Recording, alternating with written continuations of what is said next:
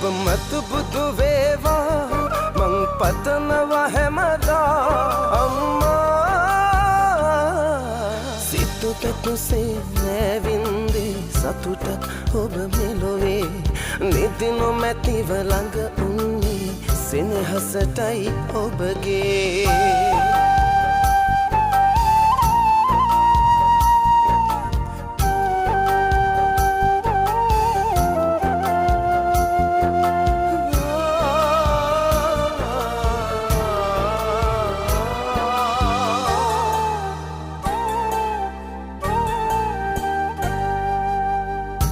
වැරදි කළත් මා විඳවන්නේ ඔබයි